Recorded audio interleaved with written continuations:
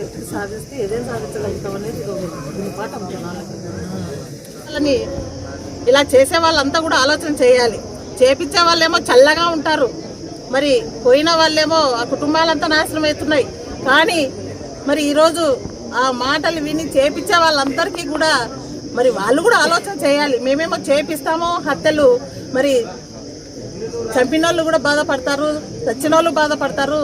మేము కూడా అది కొంచెం ఆలోచన చేయాలని చెప్పేసి వాళ్ళకి ఇంకిత జ్ఞానం ఆ భగవంతుడు ఇవ్వాలని చెప్పేసి ఈరోజు కోరుకుంటున్నాను.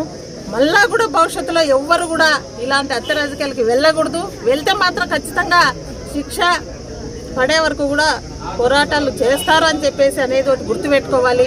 ఖచ్చితంగా ఇది ప్రతి వాళ్ళు కూడా నిదర్శనం చేసుకోవాలి. పార్టీలు మారుతుంటాయి, వస్తుంటాయి, పోతుంటాయి, దానికి సంబంధం లేదు. కానీ ఎవరి అధికారాలు ఉంటే, ఎవరు ప్రభుత్వాలు ఉంటే వాళ్ళు చేసుకోవాలి, వెళ్ళాలి, మంచి పనులు చేయాలి, గ్రామాలు అభివృద్ధి చేయాలి. కానీ ఊర్లో ఎవరు ఎదురు పడితే వాళ్ళని చంపుకుంటూ పోతే ఇది రాజ్యం కాదు, రాష్ట్రం కాదు, రావణ కాస్ట్ అవుతుంది ఇలాంటివి చేసుకుంటూ పోతే. కాబట్టి ఎవరు కూడా ఆలోచన చేయాలి.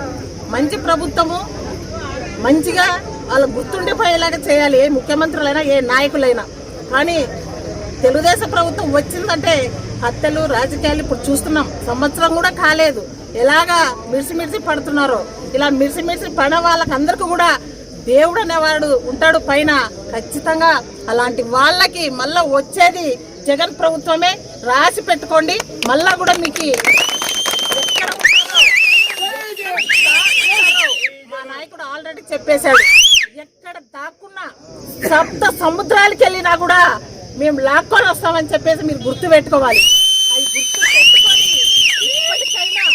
ఇప్పటికైనా మీరు గుర్తు పెట్టుకొని వైఎస్ఆర్సీపీ నాయకుల జోలి కానీ కార్యకర్తల జోలి కానీ రాకుండా మర్యాదగా మీరు ఏం చెప్పారో జనాలకు అవి చేసి చూపియండి.